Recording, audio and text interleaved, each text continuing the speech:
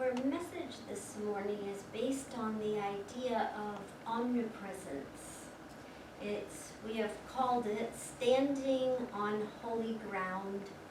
It's based on the idea that there is only holy ground. And both Bibi and John set us up beautifully for the talk today. In Science of Mind, we believe in one indestructible, absolute, self-existent cause, God, or whatever other name you choose to call it. And so our practice as practitioners of this teaching is to come to an ever-increasing awareness that God is everywhere, including where I am, even in our darkest moments, and most especially in the intricately woven patterns of our lives.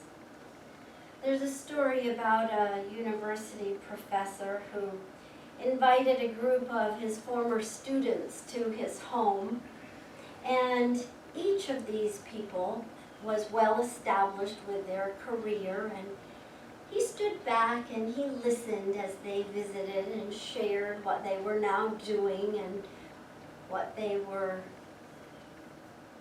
experiencing in life, and he quickly noticed that the conversation shifted from what they were doing to complaints about their work, their relationships, their health, and just life in general. And so he interrupted and offered the guests coffee and went to the kitchen and brought back a large pot of coffee, and with him he had an assortment of cups. He had porcelain cups and plastic cups. He had glass cups and crystal cups. Some of them were very plain looking and some of them were exquisitely designed. Some of them looked rather expensive, because indeed they were. And he said, just go ahead and help yourself, everyone. And so they did. And he just stood back and watched. He observed them. And after a while, he said to them, well, while you are meant for greatness, I noticed that you each took the cup that you purposely chose the cup that you thought was the best cup. And then you kept an eye on which other cups everyone else was taking, what they were choosing to be their cup. And he said, I'd like to make a suggestion to everyone that the cup represents the dissatisfactions, the problems, and the stressors in life.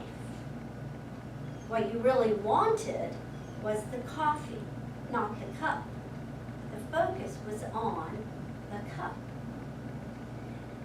Now I invite you to consider that the coffee is life, is God, whatever you call it, purposeful energy. And the cups are the jobs, the money, the possession, and our perceived positions in society or within families or groups. We use the cups as tools and strategies to contain or hold together the current story that we are creating in our life. But the type of cup we have does not ever define us. We are defined by our living as spiritual beings. And sometimes, by concentrating on the cup, we fail to enjoy the coffee. We fail to enjoy the richness of life itself. You see, you are the divine light. You are the life of God, right where you stand, right where you sit, right where you walk, right where you pray, right where you, whatever you do, you are on holy ground. It doesn't matter which cup you place your coffee in. It does matter that you are steeped in the goodness of the coffee. For the something that's brewing here is the omnipresence of spirit. Need to say more. Please do. Deborah and I practiced this a few times because this is something that I've wanted to talk about for quite a while, and it's an idea and some points of it anyway that I have been thinking about and pondering over. And we practice, and Deborah says, well, David's a little heady still, so okay, we'll back off a little bit. So. I said, today you're the head and I'm the heart. Yeah.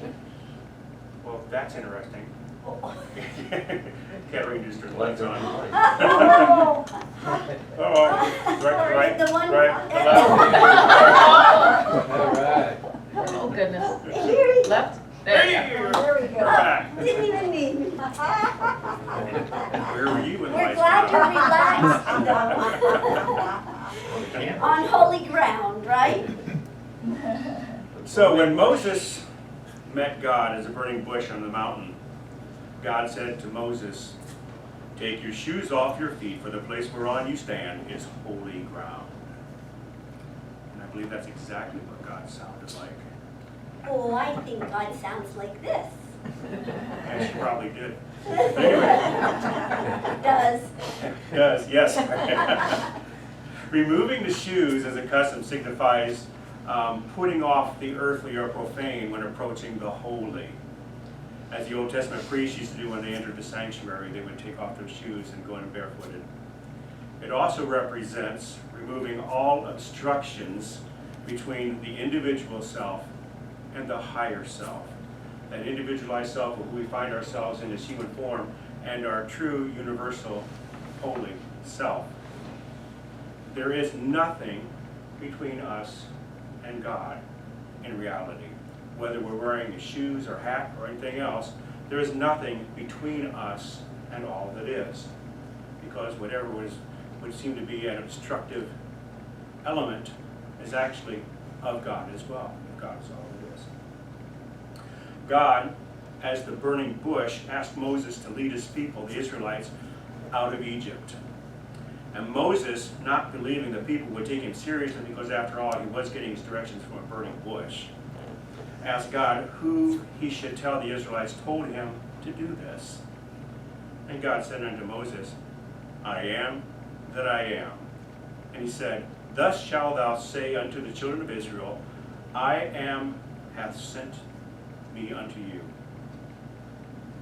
Thomas Troward wrote a great book called Bible Mystery and Bible Meaning, and someday I would like to do this as a book study, but be prepared, it's pretty heavy duty, but it's absolutely fascinating. So anyway, Thomas Troward talks about this in his book. He says, so the name after which Moses inquired turned out to be no name, but the personal singular of the present tense of the verb to be in its indicative mood, which means I am followed by a blank. Fill in the blank. I am, you name it. I am all that is. Any things you could think of, that is God. Me, you, somebody else, rocks, birds, whatever. Fill in the blank. That's what I am. He goes on to say, take a deep breath.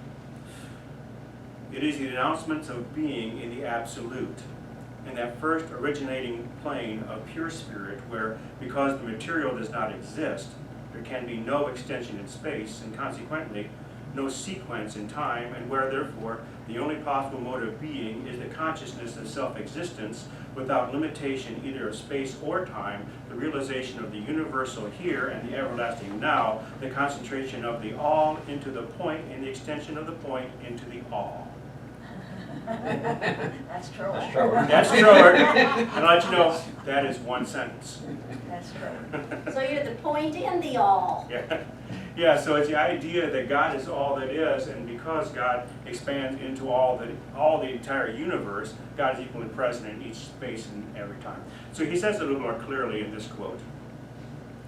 It is a mathematical necessity that because the originating life spirit, or God, is infinite, it is a single unit, and consequently, wherever it is at all, the whole of it must be present. but because it is infinite or limitless, it is everywhere, and therefore it follows that the Holy Spirit must be present at every point in space at the same moment. Spirit is thus omnipresent in its entirety, and it is accordingly accordingly logically correct that at every moment of time, all spirit is concentrated at any point in space that we may choose to fix our thought upon. I hope that was a little more clear. It's a fascinating idea. The entire allness, power, presence, wisdom, knowledge of all that God is equally present in every single spot in the universe. There is a great saying that there is no spot where God is not. Not only is not a single spot where God is not, there's not a spot in which the entire presence and power and magnificence of all that God is not. So that if you were going to look on the dark side of the moon, under a rock, you would see the full presence and power and magnificence and energy and wisdom of all that God is. And if you close your eyes and look within, you will find the full power, presence, wisdom, knowledge, energy of God. You know, there are a lot of metaphysical elements and symbols in this story about Moses going on the mountain. The metaphysical meaning of a tree, such as the burning bush, or wood in general, is dealing with matter, or material essence. The fire represents light, or spirit. The interesting saying in the book, in the Bible, is that the light or the fire does not consume the bush, because, in truth, matter is energy at its basic level. Although it appears in form, it is eternal, just as the light is eternal. The energy and the matter are coexisting at the same time. So the light does not consume the bush. So here is God showing up as energy and matter at the same time. Does this sound familiar?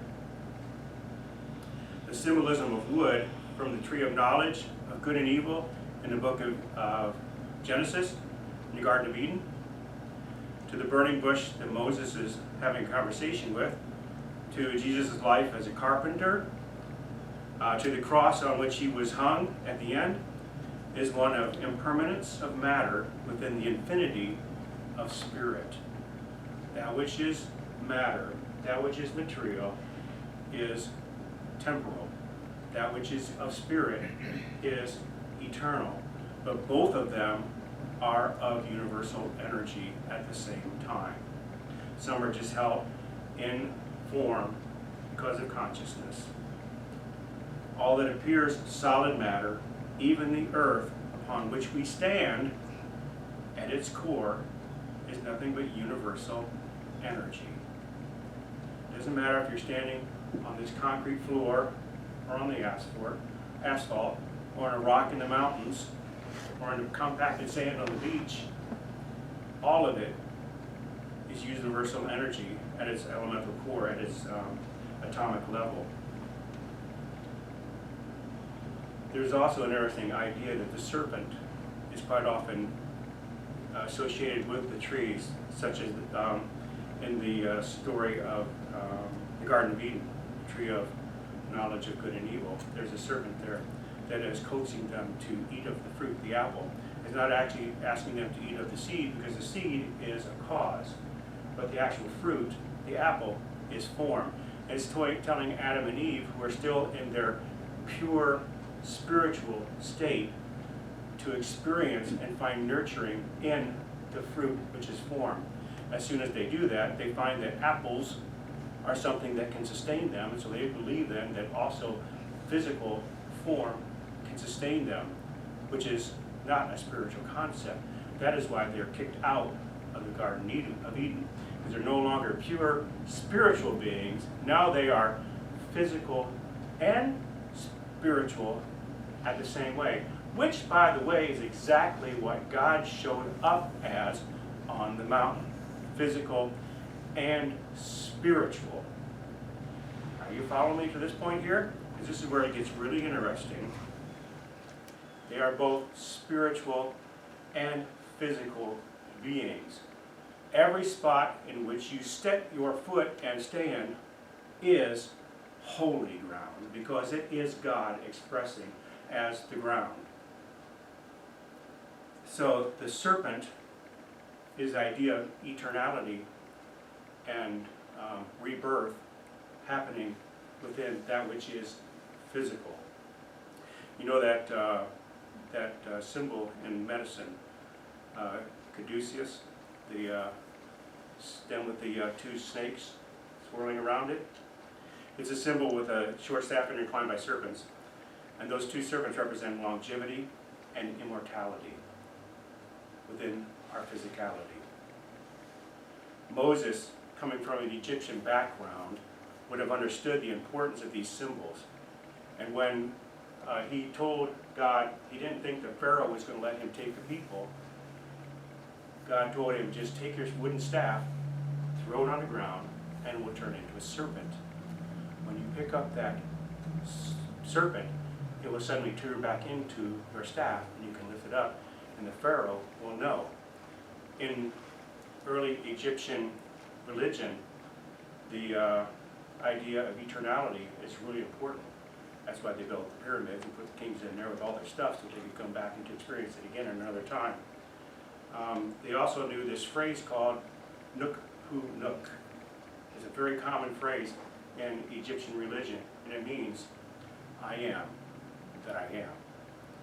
So there wasn't really any revelation given to Moses on the mountain, except that God was telling him, you already are there. You can lead the people out of Egypt, but what's important for them to understand is the idea that they are already with God. They don't have to go to the land of milk and honey, but you may take them there, and they are already with God, already where they are. The solid ground upon which we stand, regardless of its substance, and regarding of what we build on it in terms of our foundations, such as our homes and our dreams and our beliefs and all that other stuff, is nothing but a foundation. Is at the atomic level is nothing more than energy. So the very foundation of everything, both physical and spiritual, is universal energy, or God stuff. It's really just that simple. Omnipresence, this means everywhere present. Omnipotence, all-powerful and omniscient, all-knowing, are all tied to the same basic idea, the same principle. They all are each aspects of infinity and eternity, of oneness and allness, the one life. And that is what we are of, and that is what we are. What appears to be separate is actually intricately entwined as one essence. Eric Butterworth says, God doesn't come and go. God doesn't capriciously move substance from God's supply up there to fill our need down here, nor does God answer prayer in some special kind of coming forth to us. God is always present, totally present as a presence. Can you accept that? Wherever we are standing in God's holy presence, and we are the presence of God wherever and whoever we are.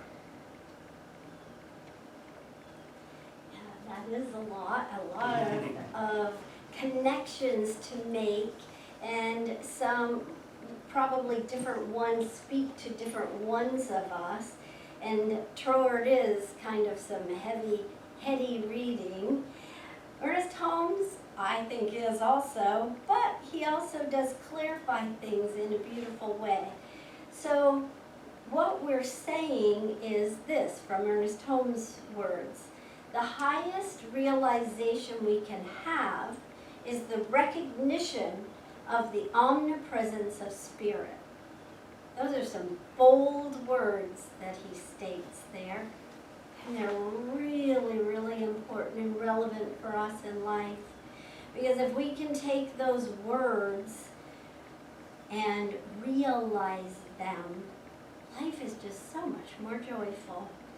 So it's realizing that I don't have to get through any situation to attain that space of holy ground, because I am that holy space. I am that holy ground.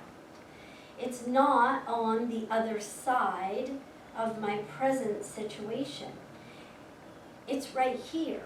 So wherever we are, whether we are looking under that rock on the dark side of the moon, Or in a cup. or in a cup, or any other situation we find ourselves in, we are on holy ground. We are living in the omnipresence of perfect goodness.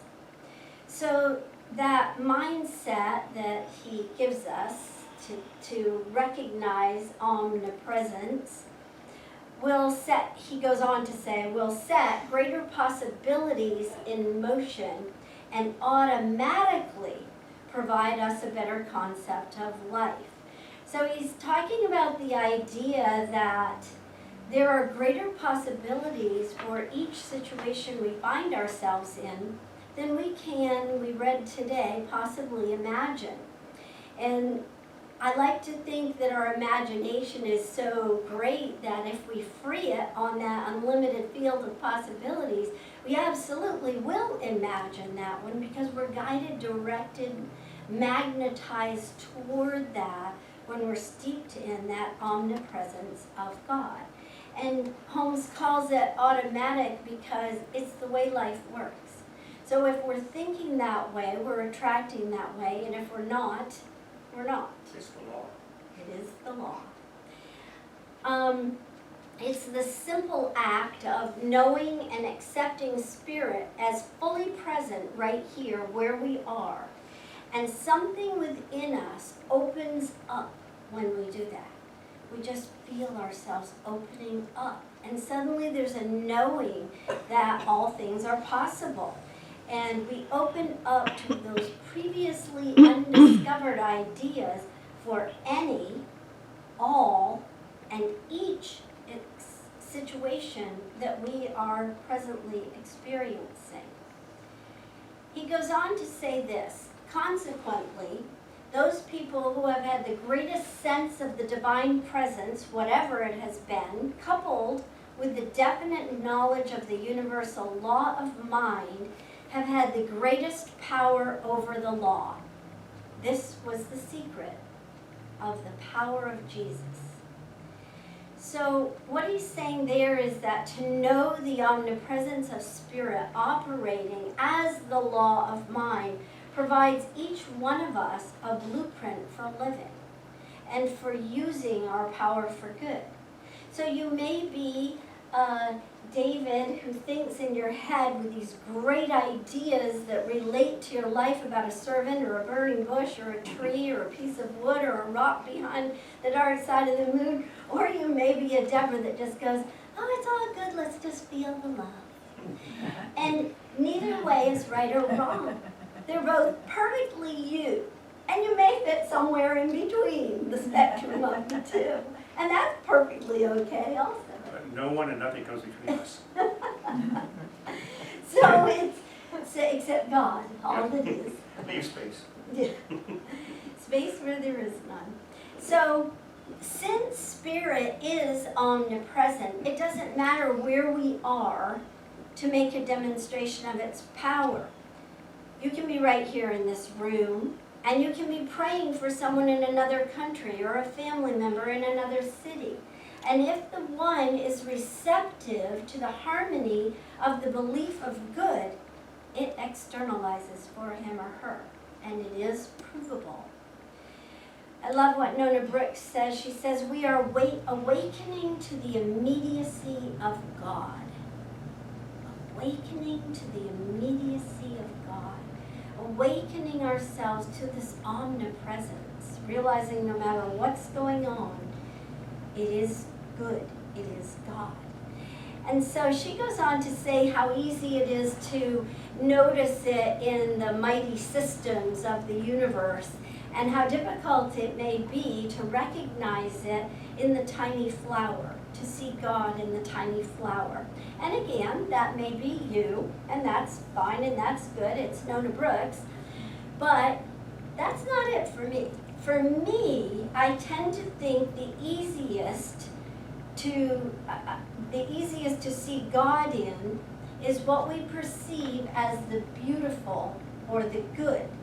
And the more difficult challenge to realize God is, good is for us when we are looking at a challenge and to look to see the good in that. Now, John shared that today, which he didn't know I was sharing this, but it's looking for that good in the situations that we perceive as not so good.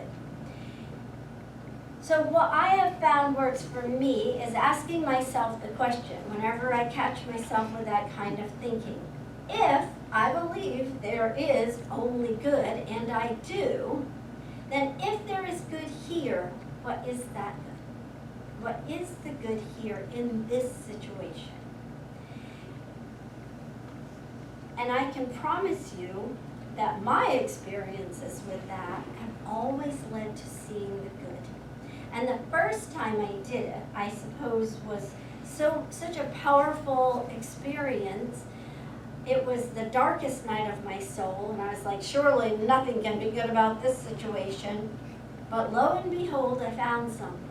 And when I found it, it was a blessing for me. Even though the situation was not, the blessing I received from living through the experience was a blessing, is a blessing. And I can find the good. Because the more that we realize God is fully present and I am always on holy ground, the more that we release our resistance. And that helps us to realize it. So I'm going to conclude today with a capsulized version of this from Eric Butterworth when he says, in the universal realm in which you live and have being, the whole of God is present at every point in space at the same time. And let me add, space and time or no space and time, it's all God. We are on holy ground. And so wherever spirit is at all, the whole of spirit must be. You, beautiful friends, are that holy ground. Not just you walk on it, but you are it. So revel in the joyous expectancy of good. And so it is. So it is.